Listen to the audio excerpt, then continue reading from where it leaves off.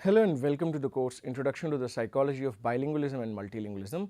I am Dr. Ark Verma from the Department of Cognitive Sciences at IIT Kanpur, and in this course I am going to talk to you about various aspects of being a bilingual or a multilingual, and basically what does it entail to sort of learn, acquire, use more than one language. We will talk about the neural consequences, the cognitive consequences, the sociological consequences, for example, of what it means to be a bilingualism, and we will study this phenomena from various disciplinary perspectives. In the previous lecture, I talked to you a little bit about some of the conceptual issues of bilingualism, some of the distributions of the landscape of bilingualism, and in this particular lecture, I will continue that discussion into what does it mean to be a bilingual, all right, and what are the different aspects in understanding who is a bilingual and who is not. Now, one of the very important factors when we talk about bilingualism is this variable or is this aspect called proficiency. You may ask, what is proficiency? Proficiency typically is how well or let us say what is the relative ability of an individual to speak in a given language. Are you, let us say, on a scale of 1 to 10, are you comfortable in speaking English at the scale of 1 to 10 at the level of 9 or 10, maybe 8, 8.5, or let us say, are you very good in writing something? Are you very good in understanding something? Can we rate proficiency differently for different skills? So, for example, can we say that, when it comes to English, I am very good in understanding, let us say at the level of 9 or 10, but I am not very good in writing. If you ask me to write an essay, I will probably write to the best of around 4 or 5 on a scale of 1 to 10. So, is it possible that people have different levels of proficiency for different skills related to each language? And if that is the case, can we call these people or can we call ourselves proper bilinguals? And again, proper is a term that I am using not to in some sense not to say that the others are not proper bilinguals or some people are better bilinguals than others, but then these are disciplinary considerations that come into place when you start to study these people. When you bring them to your lab and you want to do a particular experiment in bilingualism, you would want to know that how proficient is this person in this second language that we are going to test. And this has been something that has plagued researchers of bilingualism a lot. People who work with bilinguals in their labs, people who conduct different kinds of experiments with bilinguals, need to know exactly how proficient an individual is in the second language that they are being tested in. And that is something very, very important. And if you ask people, say for example, something that I have also personally struggled with because I do some research in bilingualism, when you talk about, when you call people to your lab and you say, are you a bilingual, are you not? And if this is a single question, everybody is a bilingual. Everybody says that I know more than one language. That is perfectly all right. But if you ask them, how proficient are you in English? All right, because I live in Kanpur and this is the part of the country, although I am living and studying and teaching in IIT Kanpur, it is a fairly cosmopolitan population that people know several languages. But for example's sake, if my research focuses on Hindi English bilingual, so when I call people to my lab and I ask them that, how proficient are you in English? And typically, invariably, everybody would say, I am very, very good. I am, let us say, on a scale of 1 to 10, you can rate me a 9, you can rate me a 10. And what I have understood over time about these people, when we do experiments with them, when we analyze their data in the second language, when we sort of give them tests of language proficiency of a language that they have said that, I am super good in that language, is that people very significantly overestimate their proficiencies in a given language. People do not a lot of times understand what does it formally mean to know that language. Say for example, everybody would say that I understand English very well, but if I give you a bunch of sentences in slightly incorrect English grammar and I ask you to correct them, I am sure a bunch of you would be scratching your heads and you will say, I am good, but this is probably not something that I can do. So people generally overestimate their proficiency in a given skill, for most of their linguistic prowess when it comes to languages that they have been around with. For example, I was telling in the last lecture that I understand a little bit of Urdu.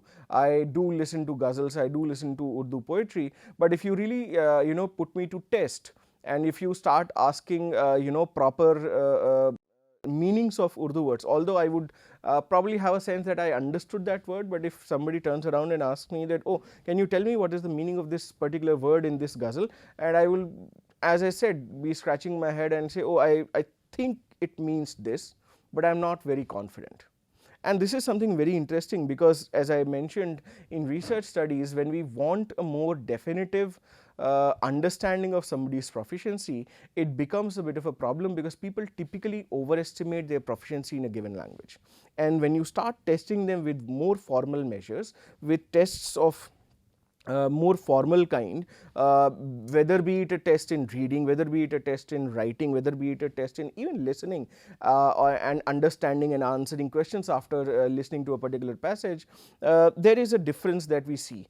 People do, as I said, overestimate initially when you ask them. When you test them, sometimes you will find that there is a difference of maybe 20%, maybe 30% in a lot of cases. So proficiency is something that is a very important factor when it comes to bilingualism research, and my sense is, it's personally my experience, and I'm sure a lot of other researchers would share this, is that people give a rather inflated sense of their proficiency in a given language when you test them using a lot of these scales. Say for example, if I ask you on a scale of 1 to 10 how proficient you are in English, I am sure that maybe you will overestimate yourself by 10%. And it's not saying that everybody does that, but a lot of us do that, all right. Now consequently, what happens is, more recent research has slightly changed its strategy. In more recent times, what people are looking at, and say for example, researchers like myself are looking at using more objective measures of proficiency. What we are trying to do is, we are trying to test people in their second language or in their third language, depending upon whatever the research question is, by relying more upon objective measures of language proficiency. What are objective measures, you might ask? And objective measures would look something like that. I'll give you a list of words and I'll basically ask you to tell me whether you know the meaning of these words or not. Maybe I might ask you to write a one-line meaning of that word as well. Maybe I'll give you a passage to translate from Hindi to English if I am testing you in English, and translate it back from English to Hindi. Maybe I'll give you a passage in English and I'll ask you 5, 6, 10 questions related to that passage, and on the basis of how good or accurate your answers are, I will give you a particular score and understand that, okay, this is your exact and unadulterated, non-inflated measure of proficiency in that language, all right. So proficiency is in some sense a very interesting factor that researchers of bilingualism grapple with day in and day out. Now there are other interesting questions that can be asked about proficiency. For example, whether it is actually possible for an individual, a bilingual or a multilingual individual that is, to be equally proficient in both languages. If you ask me, I would probably say that maybe I am equally proficient in Hindi and English, having gone to an English medium school since my childhood, to 2.5, 3 years of age, that is.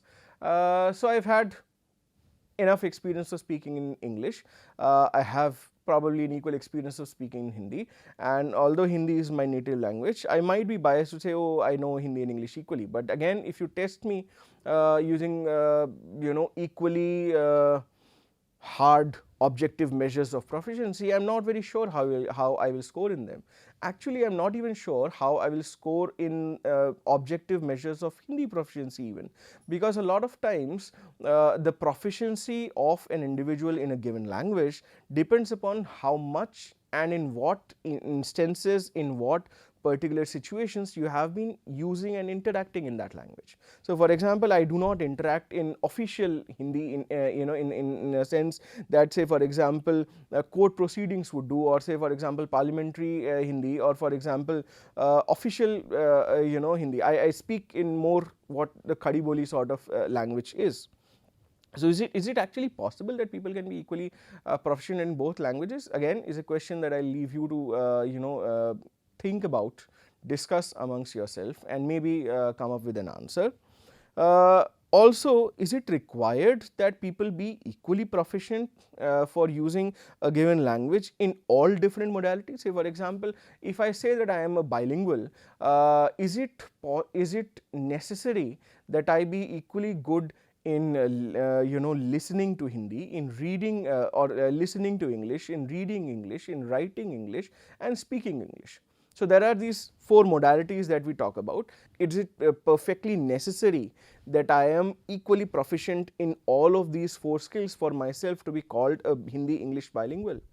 Again, a question that is relevant not in the general sense of the word, because people get by and it's typically not a problem, but it's a problem that psycholinguists do grapple with when they are designing experiments, when they are working with people who they deem bilinguals, but then it turns out that, oh, this person cannot read and understand the language but can speak it with a relative degree of proficiency, and when you talk to them, they can make conversational sense of the language. Again, these are couple of questions which are intriguing, and they become very, very important when you talk about research in bilingualism. They are not very important in the general communicative efficiency sense of the word, but they become very, very important when you talk about research in bilingualism. Now, for the longest time it was traditionally believed that learning and using 2 languages would actually be detrimental to the development of children's linguistic and cognitive performance. So a lot of people, and I remember reading it somewhere, that a lot of people in olden days used to discourage people from becoming bilingualism, and the common refrain would be that if you try and learn 2 languages or 3 languages all at once, you will probably not be good in either of the 3. I mean, it's typically, and you might have heard this, that a bilingual is half of a L1 person and half of an L2 person, but neither a fully language 1 person, neither a fully language 2 person. I should probably explain what L1 and L2 mean. Typically, when you're talking about L1, you're talking about the native language, the mother tongue of an individual, and L2 can be the second language that they learn, L3 can be the third language, L4 and so on and so forth. So it was believed that a bilingual is half of an L1 and half of an L2 person, but neither fully an L1 person nor fully an L2 person. Interestingly, Peel and Lambert in 1962 first demonstrated that bilingual children had actually a bit of an advantage over monolingual children, both in terms of verbal and non-verbal intelligence. So back in 1962, I think this was done on a bunch of immigrant children, if I remember the experiment correctly, and what was done was these children were tested in their second language. I think these were Korean English immigrants, and I may stand corrected if I am recalling this incorrectly.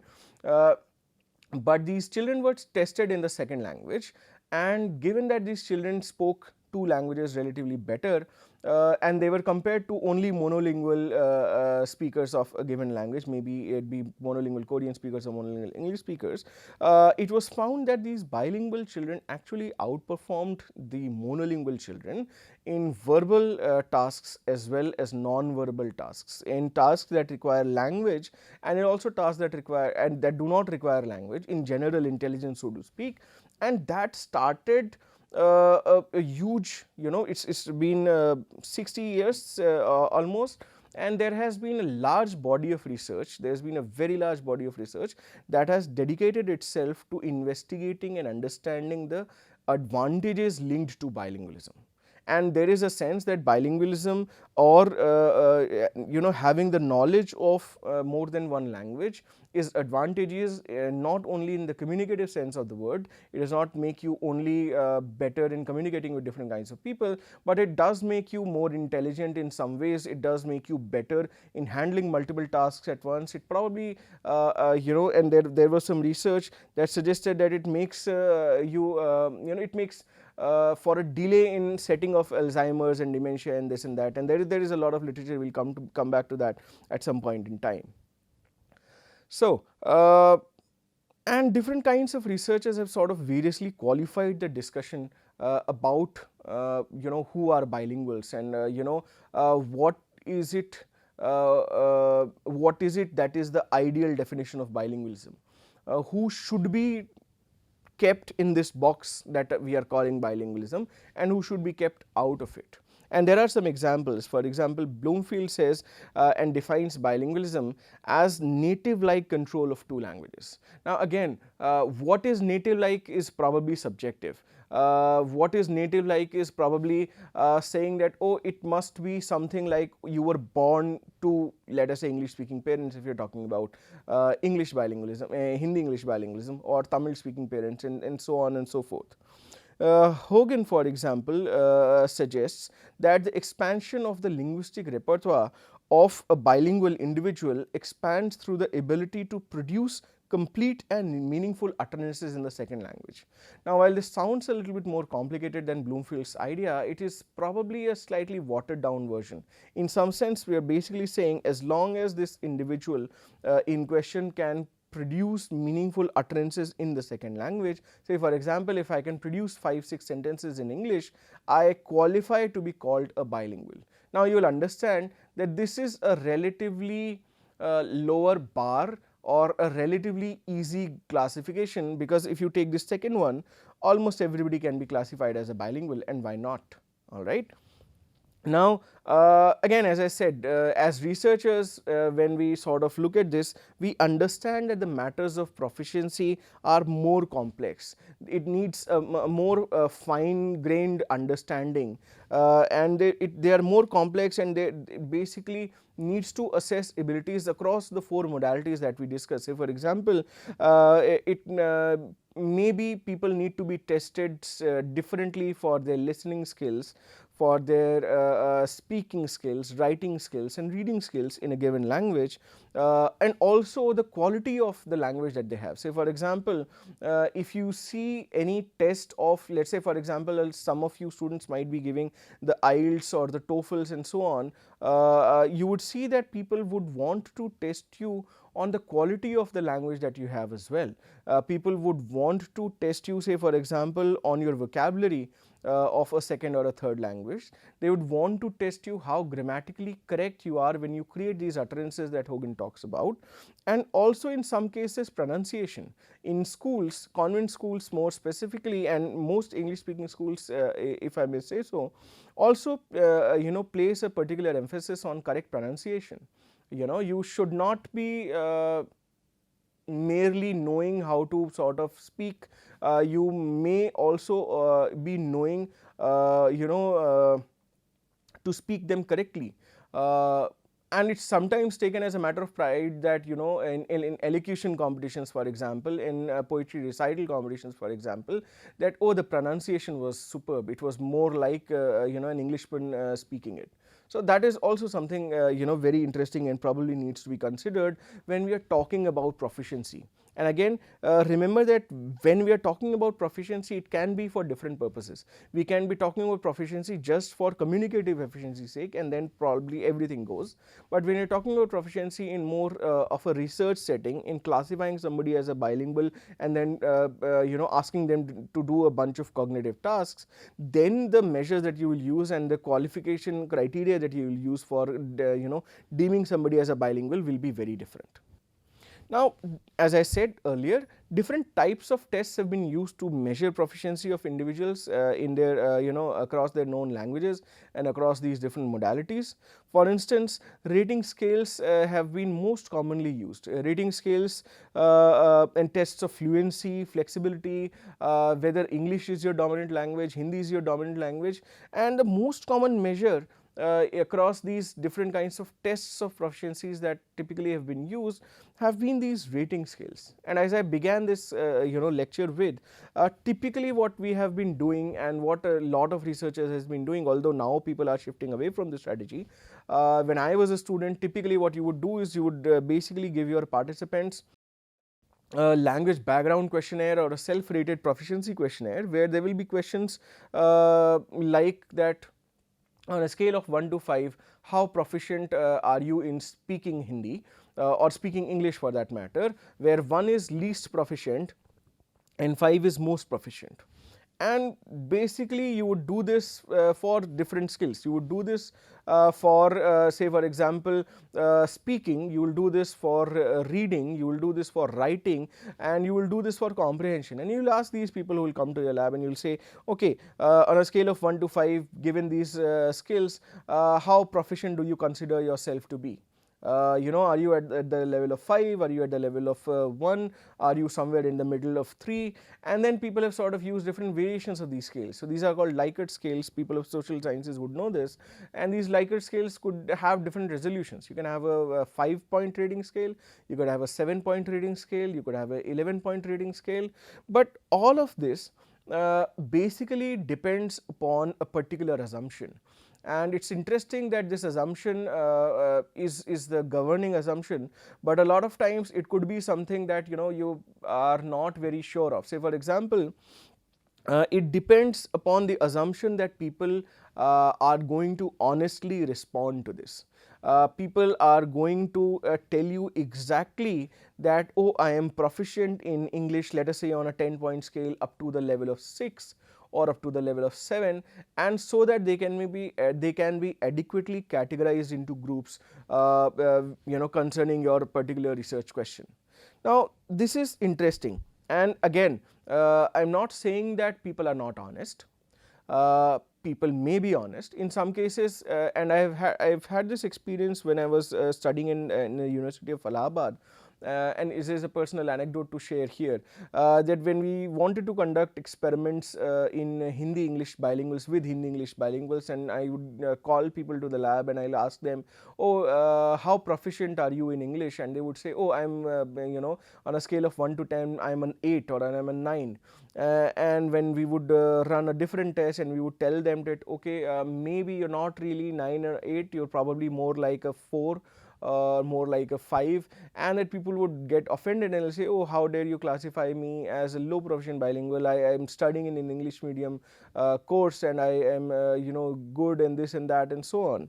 So what it sort of led us to discover is sometimes even though they're trying to be well-meaning and honest, and this is what I started the discussion with, people do not have the best idea of their proficiency in a given language. People do overestimate themselves or their proficiency in a given language, and that sort of becomes a limiting factor when you're using mainly these scales for testing and classifying and categorizing bilinguals into different categories. That is why researchers have actually turned to more objective measures of proficiency, which again also are far from perfect. Say for example, somebody who works in an office that uses both Hindi and English, and I give them a translation test, I am sure they would do very well at it. But are they as good in English, for example, because that is what I am testing? Are they as good an English speaker that can write a poem in English, an original piece in English, that can write a flawless prose in English?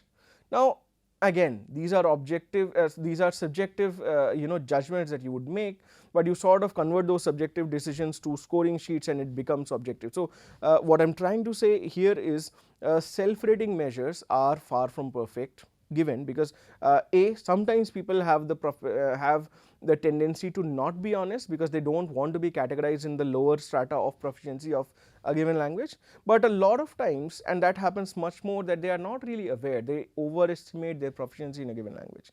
So subjective measures, testing scales, etc., may not be the best way to classify or categorize somebody as a bilingual, but the objective measures available, and my lab is sort of working, and a lot of labs around India and the world are working in creating some of these measures, creating objective measures of proficiency of language. It is very, very important that we have a good idea of who we categorize as a bilingual and in what context, and for that again it is a circular discussion, because then we need to also go back to more basic questions as to who do you want to categorize as a bilingual. Do you want to categorize somebody as a bilingual even if they don't write in that language or read in that language but can speak and understand very well? So these are some of the questions that again are food for thought, and they will keep coming up because I plan to discuss a lot of experiments when we go ahead. I plan to discuss a lot of experiments when we study various aspects of bilingualism, and you will see in most of those experiments what people have done is that they have relied on some measure of proficiency before calling individuals bilingual. That is something that we will study again in a lot of detail as we go ahead. Now, another associated problem of trying to understand the different types of bilinguals is the categories you would divide them to. How would you put people into different categories? What kind of labels would you give them? And again, and this is typical of scientists, that there is little agreement among researchers, there is little unanimous sense of who to classify as a bilingual, what are the classifications that you would put bilinguals into. And as I said, you continuously keep revisiting the basic definitions of bilingualism, you continuously keep revisiting the basic definitions of proficiency, and that is a debate that goes on and on and on. All right. So there is a lot of variation, there is a lot of non-homogeneousness in how and what kind of labels we categorize our bilinguals into. Now and also if you look at bilinguals, if you look at the variables attached to the bilinguals, there are simply many variables. Say for example, you can talk about bilinguals from the perspective of age, the age at which somebody acquired a second or a third language, and biologically it also makes sense. Say for example, people who have picked up a second or a third language at a much earlier age turns out to be more proficient in that language, if they have continued using that, by the way, than somebody who has learned a particular language at a very later age. Say for example, somebody migrated to the United States of America at the age of 45 and has picked up some English, and you are testing them at the age of 55 and so on. They still have had 10 years of experience with English, but are they going to be as good in English as somebody who was born and brought up in America, for that matter? Gender, intelligence, memory, attitudes towards the language. As I said, that in certain parts of the country, it is considered a matter of prestige, it is considered a matter of self-esteem to be very good in English. It is almost taken as a mark of coming from a higher socioeconomic strata, that I know and speak English very well, but I don't know and speak my native language as well. All right. Interlinguistic distances. Say for example, people who learn variations of some of the South Indian languages or variations of some of the European languages, because those languages are slightly closer to each other than, say for example, our Hindi and English. Those are also factors that you need to consider. The context of testing, the context of learning are also very important when you try and test for aspects of bilingualism, when you try and categorize bilinguals into these different boxes that we are referring to. Several kinds of labels, however, have still emerged. People do need to sort of operationalize and move ahead, and therefore several types of labels have emerged, wherein you will see in different journal articles, if you want to read some bilingualism research, that our participants were balanced bilinguals, or our participants were ambilinguals, or they were equilinguals in other terms, and then you will scratch your head and say that okay, is a balanced bilingual the same as an equilingual, or is the balanced bilingual is the same as an ambilingual?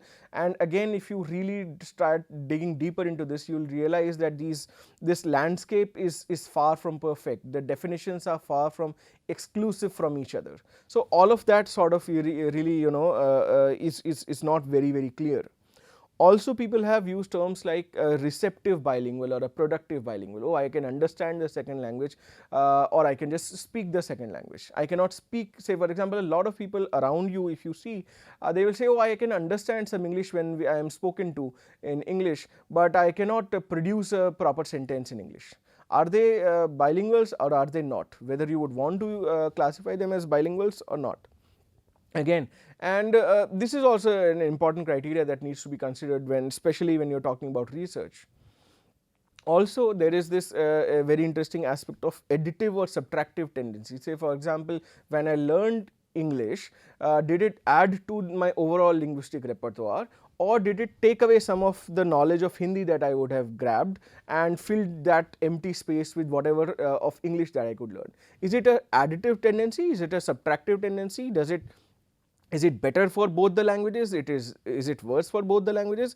Again, are questions which are open for discussion, and researchers sort of bang their heads with these questions every day, now and then, and you will see journal articles on both sides of the debate rather frequently.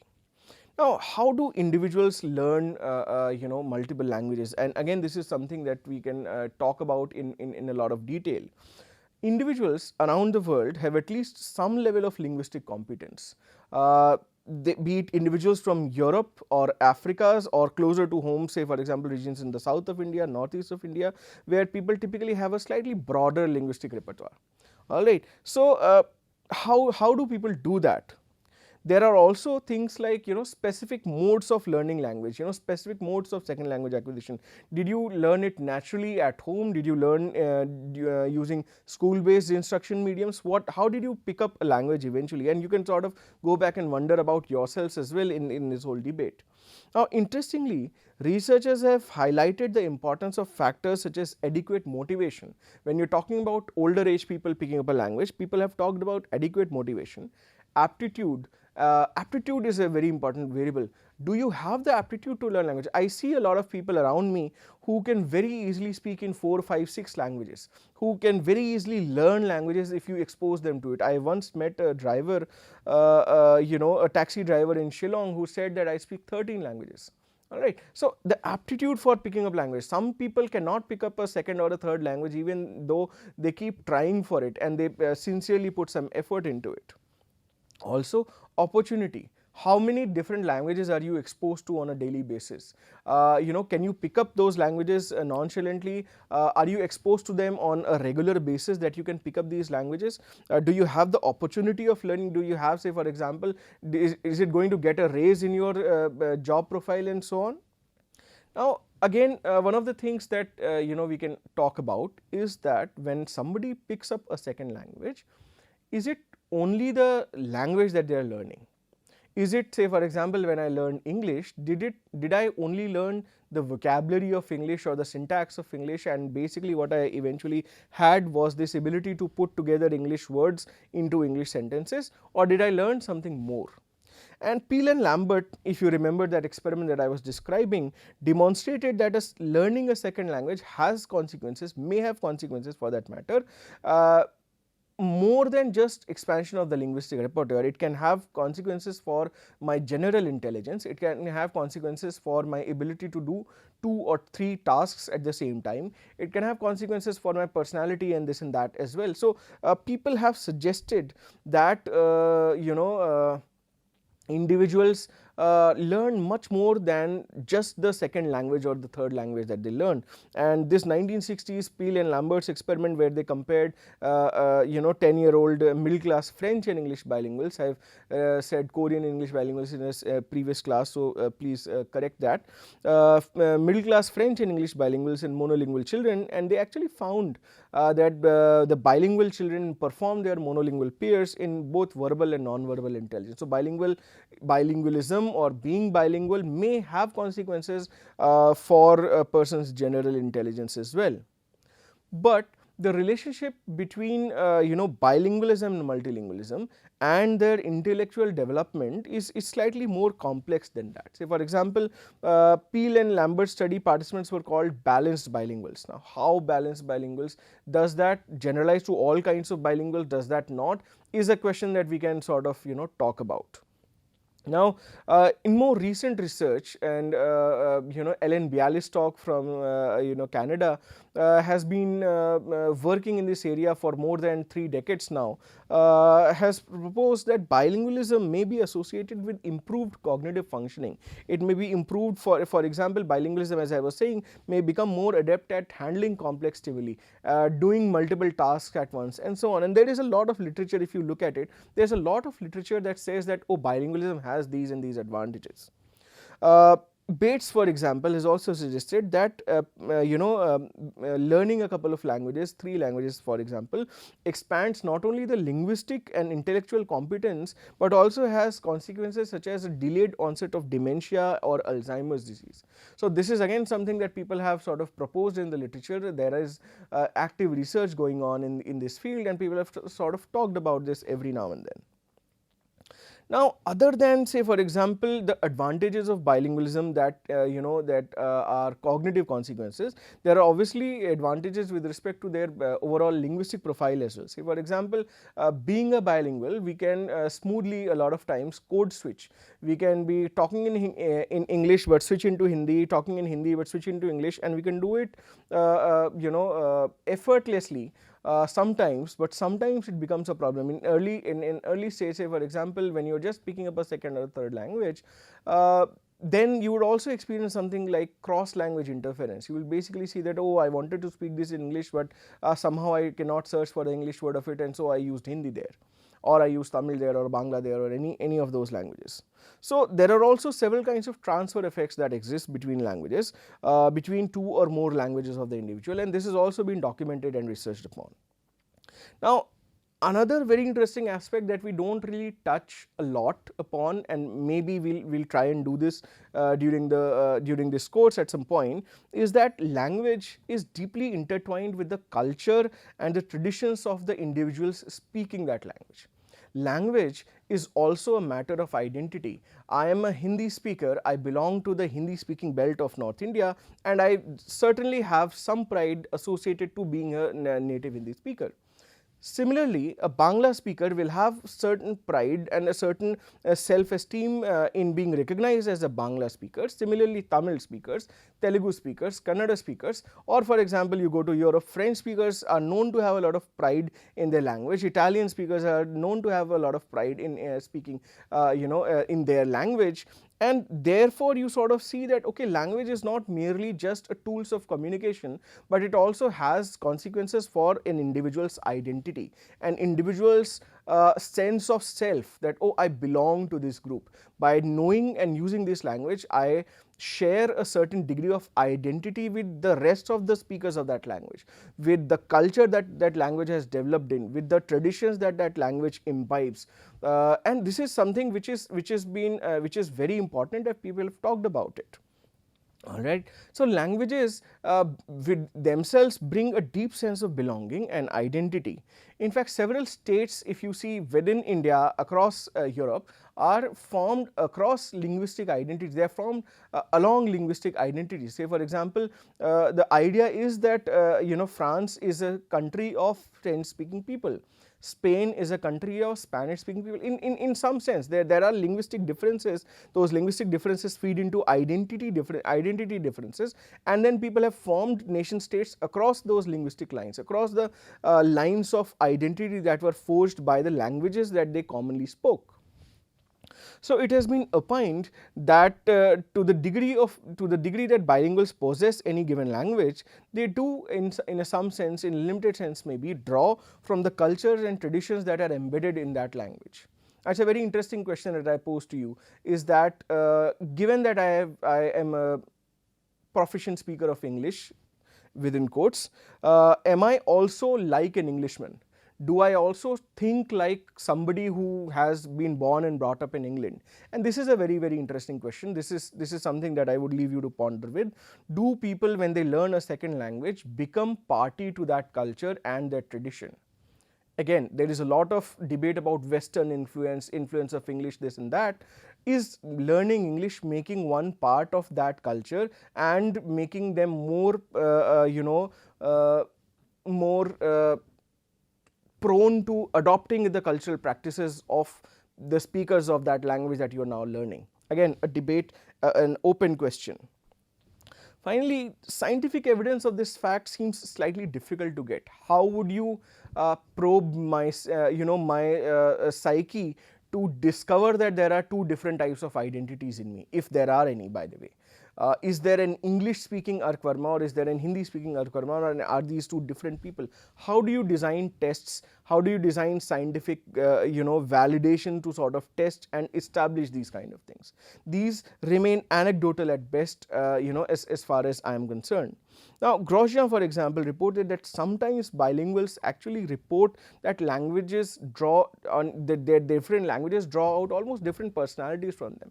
And again, this is something again anecdotal at best, but sometimes you feel that, oh, when I am in my office, when I am in my workspace, when I am conversing to my students in English or my colleagues in English, I am speaking a little bit differently. Maybe my jokes are even different, maybe the mannerism that I display is a little bit different as compared to when I am at home and speaking to my child and my family in Hindi. Does that happen to you as well? Have you experienced something like that as well? And is it again, and this is again a very interesting question that one can ponder about. Also, group identities. When I speak Hindi, I identify myself with a group of Hindi speakers. When I speak English, I probably identify with myself with a group of English speakers. Does it sort of have a bearing on what do I see myself as? What kind of identity or sense of identity do I have? So these are some of the questions that are very, very interesting, and we may at different points in time lean back on these questions to understand the bilinguals that we are going to be talking about. All right. So that's the end of this lecture. I'll see you in another one. Thank you.